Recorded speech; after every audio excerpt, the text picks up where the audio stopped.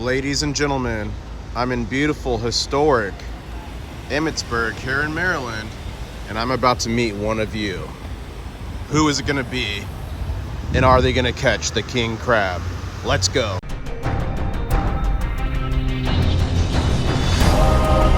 One stacker on a journey to find silver.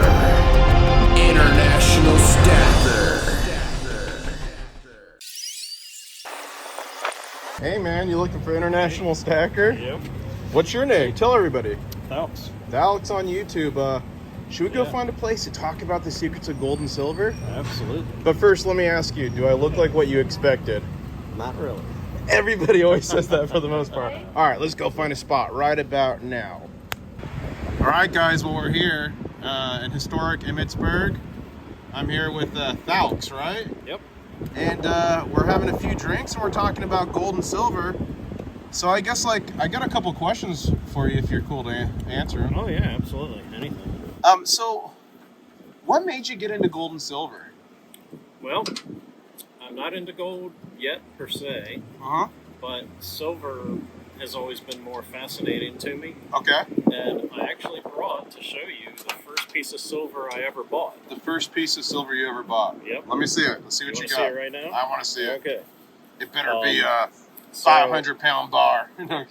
So, when I was a kid, the space shuttle was this amazing thing. Yeah. And what I got, like you see ads from the magazines, is Republic of the Marshall Islands, Space Shuttle Discovery, $5 commemorative coin. Okay. I don't remember what I paid for it, but, it was on the return to space. So Oh, wow. this talks about 88, but this is the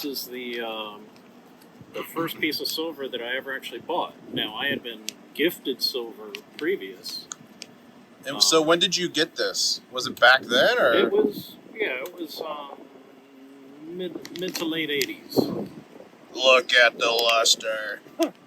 Man, this thing is held up pretty good. So I just dug it out of storage this morning, and with the pamphlets. So I got them. They came sealed in plastic, and I was bummed at that because I wanted to touch them. Yeah. And it bummed me out. I put them away for safekeeping, and they haven't seen the light of day since, kind of about today. Do you remember when the space shuttle exploded? Yes. Is it seared into your memory? Was it a big event for you? So I was in high school, Okay. and we were kind of advanced. We had a TV studio. Nice. And there were big black and white CRTs in the hallways, hanging off of mounts, screwed into the walls. So all in the hallways, they had these black and white CRTs hanging from the walls. They had a channel. Okay.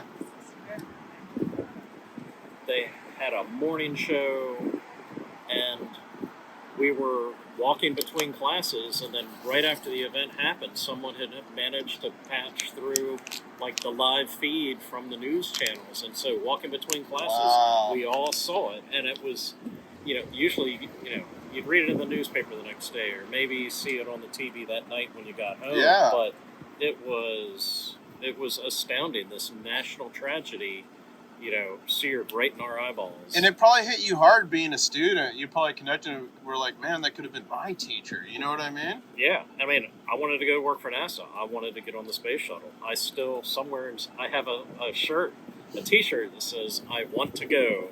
And that was my favorite shirt for years and years. So this, up until that point, all the ads you see in the magazines, Popular Science and whatnot, they're selling, various silver things commemorating that. None of it really spoke to me, but this, by and large, just leapt out. And I went ahead and spent some of my newspaper money, and, got some silver.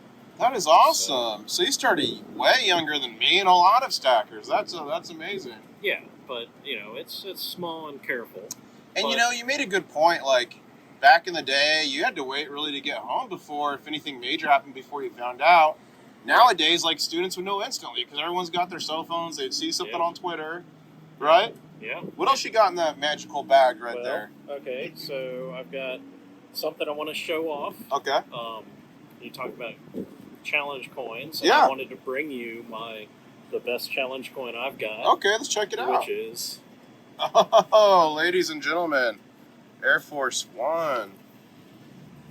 Very neat. Can I take it out? Absolutely. 75th anniversary. Look at that. I think we try to stay far from politics, but spattered all over the coin, I believe, are the aircraft and maybe the pilots' names. Very, very neat.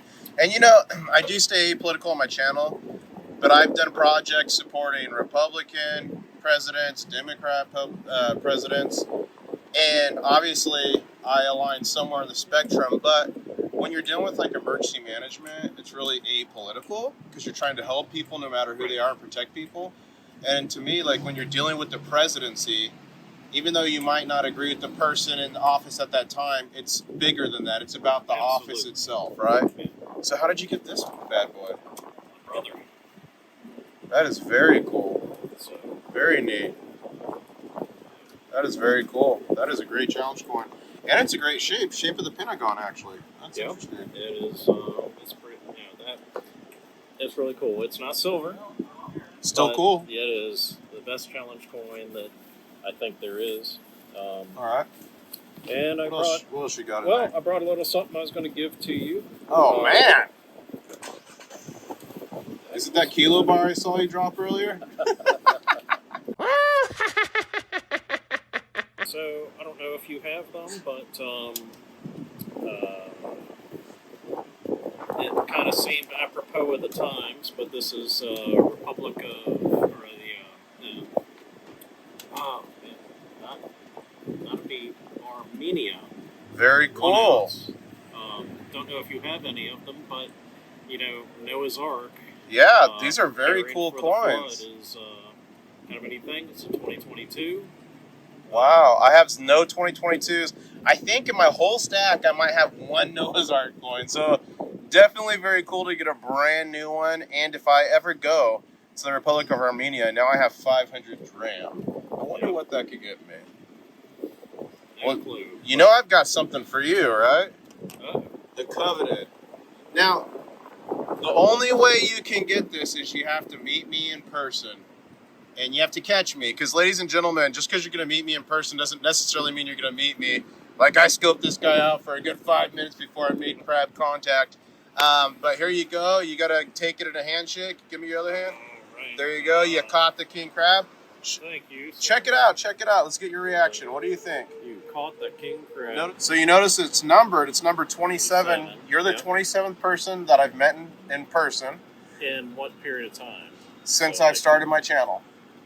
Oh, okay. Anyone who I met in the past before I had these, I sent them coins. Oh, okay. So there's only Okay. 50 of these in existence, Wow. and it's been only given to either viewers of the channel or other YouTubers, like Yankee Stacking got one, and Silver Heist, and these other YouTubers I met, Talking Bullion got one. But I love giving them to viewers. Awesome. And how long have you been with my channel? It's okay if it's okay if it's 5 hours. It's no right answer. It's been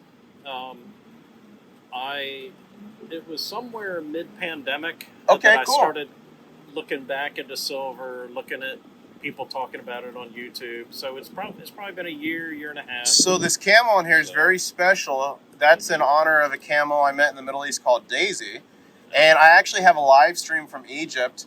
And I was doing a live stream walking and talking, and then some guy was like trying to get me to get on this camel. Uh-huh. And then I asked everyone watching live, hey, should I ride this camel? They told me yes, so I got on the camel, and I was live streaming from the back of the camel. You can go find the video. And I asked the guy her name, and it was Daisy. So since then, everyone's loved Daisy. So that's Daisy. That's just me wandering the desert looking for treasure. And this is like the intro, one man on a journey to find silver, International Stacker. And on the back, you caught the king crab with the crab. And the funny thing is where Crustacean Nation came from. It's when I was in Maryland during the pandemic, and I went down to Annapolis, and I went to a crab house and was live streaming that. And then I had a crab, and I started making do like the crab rave, you know. So then, like, one thing led to another, and then people started dropping all these crabs in my live stream, and then it just took over, and then the Crustacean Nation rose from the ashes. So funny.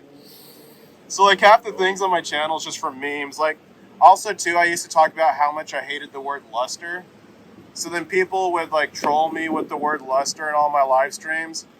So then I just made up something called LFL, which was luster for life, and I just fully accepted it. But thank you so much for this, and I hope you enjoy that. Yeah, absolutely. That's awesome. Yeah, you were in Harrisburg, and that was so close, and I was kicking myself for not being able to pull myself away and get up there. But you know, you came back to Maryland. You can't escape. I can't escape. You know, this is a great state. I really enjoy it. A lot of good people. And you know the thing I appreciate about Maryland is like when you're driving, folks, if you're not from here, it's all little roads like this. So like where I'm used to, I grew up on the West Coast, right? And even in Illinois, Midwest, like there's big highways that go everywhere. Not here necessarily. I mean, there's big highways, but most of the time you're going on these little roads through all these hills and you're seeing all these cool houses. I almost hit some deer yesterday. It was a lot of fun. Yep, little cow paths that just happen to get paved. Are you going to dabble into gold, or are you still only silver, or what's your thoughts there? There are some life changes going on that are going to open some doors, and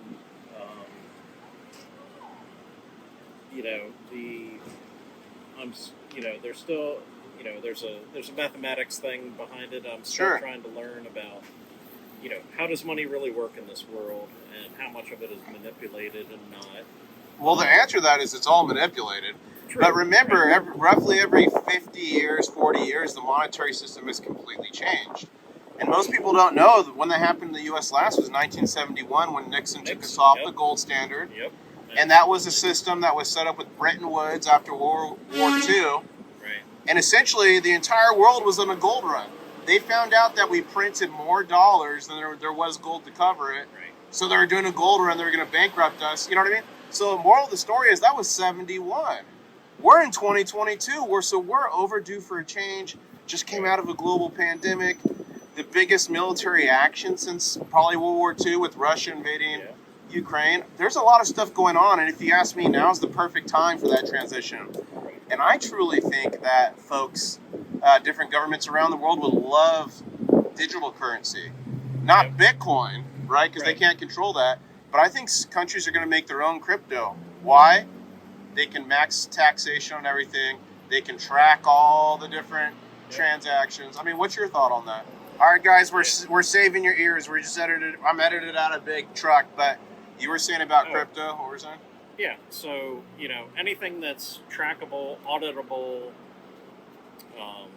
anything that leaves a breadcrumb trail behind is something that every government is going to have interest in. And then imagine this, if you're protesting against something that they don't want you to, and say our cryptos are all attached to our phones or whatever it is, there's a protest in Sector 7. First off, close down Sector 7. Secondly, who is in Sector 7? Close their bank account. And people thought that was far-fetched, but look what happened in Canada recently. With the truckers, what did they do? Yep. They shut down their crypto wallets and their banks. Yep. It's crazy times, my friend. All I can say is stack that gold and silver to the sky.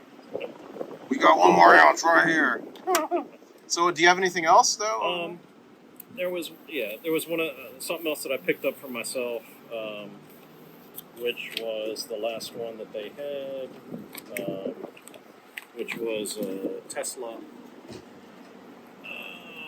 That is not an earwax cleaning machine. What's it called? Tesla? Natural healing. Yeah. It's like this. Yeah, it's. And it's natural ozone healing generator. Yeah, that's what it is. Yeah. So this is cool. Kind of an interesting one. Where'd you get this from? The same LCS. Where at? Went to down in Laurel. Cool. Very neat. That was their last one. So. I've never seen a Nikola Tesla around like that. Very cool. So, do you have any questions for me? I have probably all of my questions should be off the record. I'm trying to think of. So should we shut this down right now and have our Black Ops discussion? You guys, sorry, we're gonna do our Black Ops discussion right now. We'll be back in a little bit with the regular programming. So we're gonna head into a secure area and have a conversation. We'll be right back. All right, so we're back from the secret talk we had. We actually went to a local skiff and had that conversation. But I have one last question for you before we end the video. Sure. You know, do you have any advice for people that are watching this and brand new and they're looking to get into silver? Like, what do you wish you knew then that you know now when you first started? Besides buying every ounce of silver you could when it was $4 an ounce. If you're sweating making a mistake, don't let that paralyze you. Just make small mistakes. Don't start too big, and if you start small, you'll gain your confidence. Okay, start small. So, don't get right. deadlocked into indecisiveness. And if your first, if your first one or two buys are, if you get ripped off a little bit, it's no big deal. And like you said, the dollar cost averaging over the long term, that'll get lost in the noise. Yeah. That is a good point, guys and gals and crabs or whatever you might be. Dollar cost averaging saves you if you make a few mistakes when you're starting out, so don't panic. Don't panic at all. Well, man, it's been a pleasure, and right. Thanks for coming to meet me. And what should we say? Thank you. Catch you on the next one. Catch you on the next one. Woo! One stacker on a journey